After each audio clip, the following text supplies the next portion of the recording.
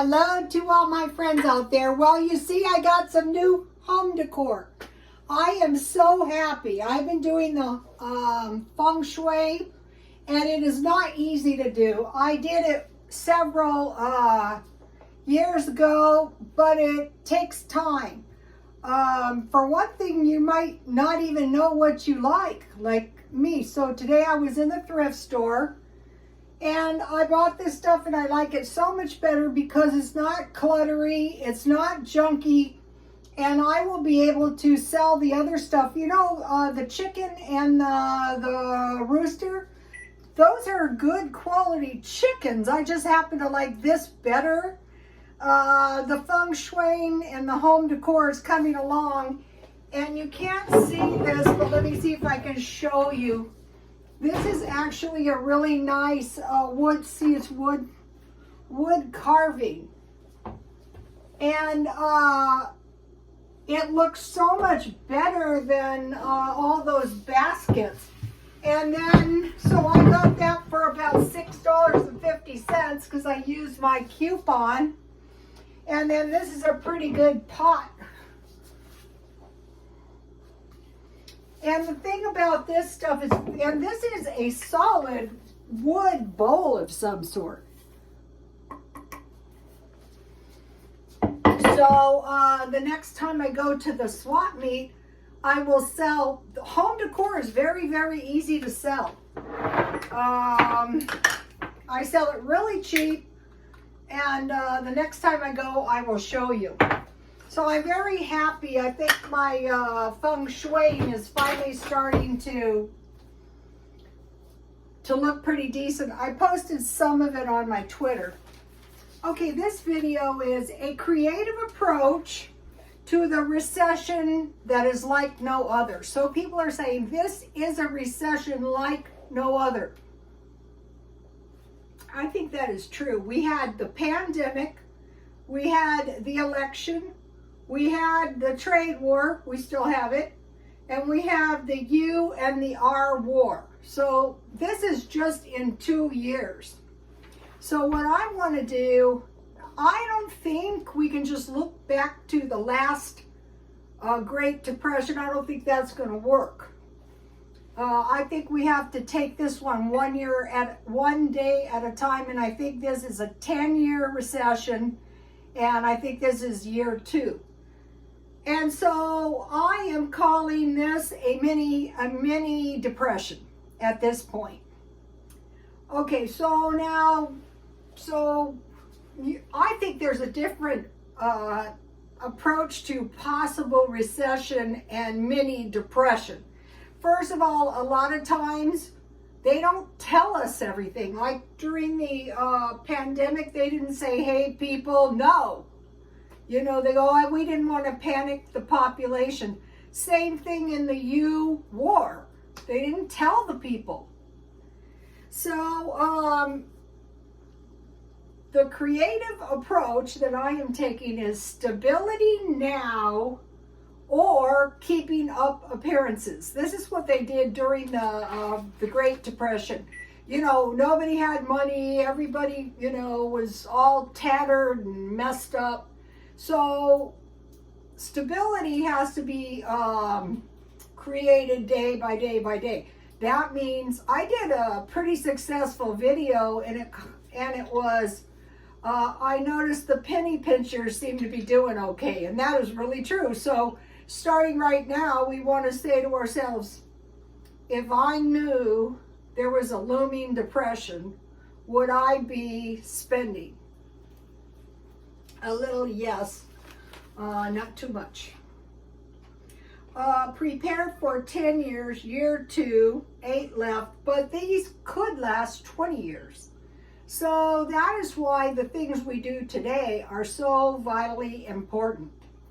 Just each day saying, okay, do I think people as a whole are spending less and creating a contraction? Yes, I do.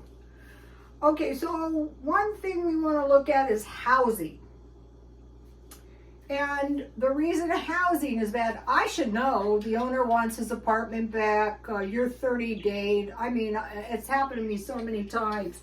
And like, it's no big deal. Okay, no housing leads to poverty, destitution, and homelessness. And we're seeing that here in San Diego. I mean, this is a recession like no other. I see homeless, they're a little more than children, and I'm thinking to myself, where are these people's parents? Okay, now let's go back to the housing. Here's the possibilities I came up with long before you get to poverty, destitution, and homelessness. Can you live with other people? I know a girl who came down here from Washington. I met her at the food bank that time. And she had a friend with kids, and she helped a friend by free babysitting and going to the church and getting free food for all of them, you know, helping out. And then the friend, you know, she stayed with the friend, so maybe, you know, you can help out somehow and share somebody's house. Maybe live in somebody's garage, maybe park a motorhome or a small trailer by the side of the house.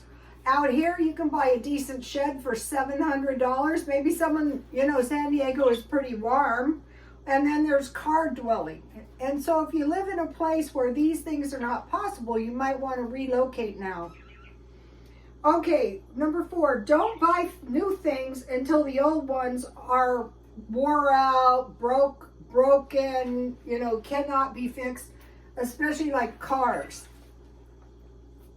I'm trying to make my car last for 5 more years. Clothes, shoes, coats, sweaters, and furniture. Just use your other ones up. What I do most of the time is I will have 2 pairs of clothes and I just wear them every day until they're totally shot. That's why my clothes last so long. I'm really not wearing them. Okay, prepare now for the grand solar minimum. Okay, especially if you've been watching this channel, the grand solar minimum is like a mini ice age. Does a mini ice age sound worse than climate change? Or does a mini depression sound worse than a possible recession? Yes. So coats, blankets, I bought a buddy heater, propane, like I can get propane very close to my house.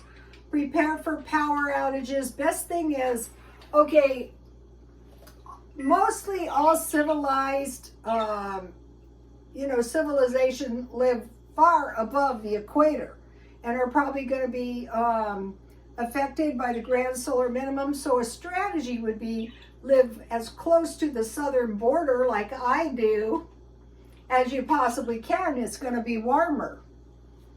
A lot of us don't like the idea of traveling into Mexico, but you never know.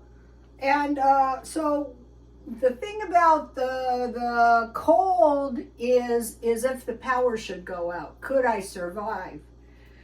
Cold weather events like a lot of snow and melting with floods, or like overflowing dams, you know, everything that can be to do with cold weather. Prepare for gas shortages. Okay, they're saying possible gas shortages. Probably we're going to have some gas shortages. So what I'm thinking is keep your tank full of gas. I live close to a 24-hour-a-day gas station, and I've been through like gas shortages, and I would just get up at 1 or 2 or 3 in the morning and get my gas at this close place by where I live. Okay, now 7, hunger and starvation. Okay, there are people in the U.S. that are starving now as we speak. One thing that can keep you from starving is a sandwich with a small fruit or a small vegetable every day. So keep that in mind. Save your seeds. I save my seeds and then I just plant them. I just plant them in the dirt, and I will show you my garden as soon as I can. Plant a garden and learn indoor gardening, like in window sills. I have a balcony. you know, planting the bottoms of your celeries, you know, get used to doing it and learn to do it now. Maybe get a greenhouse, maybe. They're saying the thing of the future. This is why I like Kroger. They're going to have indoor gardens where you just pick your produce off the plants. And also possible, can you have chickens? 8 cut utilities. Okay, they're saying, especially in Britain and over in Europe, that the cost of utilities is going way up. Well, it's already way up here. Like here is very expensive because I have vaulted ceilings. But what you could do is just heat one room. Like in my case, I would want to leave my refrigerator on. I could turn all the breakers off except the refrigerator. I could be out of my house all day so I wouldn't be using. And I would just be thinking, okay, stability is the key. You know the thing, pay me now or pay me later. Find ways to do this now and just keep doing them and build on those skills every single day. Cut utilities. 9, stock up on, okay, every time you hear a stock up thing, stock up. Okay, I saw a good video by Whitfield Harrington, and he said he had a vision of mason jars. So I've been buying them. And containers could be an issue as the price of plastics and stuff goes up. So I'm just buying a couple every time I see the big ones. Metal buckets, those can be used for so many things. Trash cans, metal. Plungers. Why you want plungers is you can wash your clothes in a metal bucket with a plunger and some dish soap. If you don't want to use your washing machine. And then, you know, wring them out and hang them out. Candy bars. During the Depression, a big treat was a candy bar. Outdoor toilets. You know, if something happens, do not go to the bathroom in your house. You know, if you can't flush the toilet, don't use your drinking water to flush the toilets. Velveeta cheese, that can come in so handy. So you're just, you know, little by little making a list. Toilet paper, you know, whatever you think of. Salmon, I haven't found any salmon. It's gone. Hot chocolate and popcorn. Okay, now this is one of my best ideas. Create co-ops with trustworthy family and friends. I have some, and that is such a blessing. Okay, buy food in bulk amongst you and your friends. You can plant gardens together, or you can plant a garden and share the crop. Chickens, I want to get some chickens. Okay, now a lot of this stuff I learned in the beauty shops. Okay, in your co-op, each one of you puts in $20 a week, and when the total, so we have number 1, 2, 3, 4, however many people, $20 a week, and when it gets to $1,000, one person gets the $1,000 and goes to the back of the line, and you just keep on. Or all of you can take the $1,000 and you can buy food or provisions or whatever you need. So if you can find trustworthy friends, I used to do this. I used to do baseball pools and all this stuff. Okay, and consider in your co-op potlucks, you know, where you all bring something, and you know, you could do it once or twice a week. You might be thinking twice a week is too much. You know, that is going to save you so much money if you have a nice little potluck and everybody divides the leftovers and takes them home. So it could be meals, desserts, and then I have some cheap food. Pizza is one of the cheapest things you can ever eat if you learn how to make good pizza. Bean burritos. Burritos are the best thing you can ever make if you make them good. And I have taught you guys, but I have a lot of new followers. I can't believe it. I have so many new followers. Hi, you guys. Welcome to the YouTube family. And hello to all my old followers. Thank you for sticking around. But if you fry 2 pieces of bacon, remove the bacon, fry a little piece of chorizo, put refried beans, and then start adding milk little by little by little to get the beans as thick as you want them, and make either a burrito or dip, you know, for your potluck. Okay, a spaghetti, enchiladas, macaroni and cheese, potato salad, soups, and stews. So I'm going to be doing creative. I don't know what it will come to me.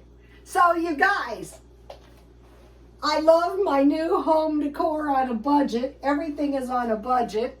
And then when you're done with it, there is no guilt. Just sell it.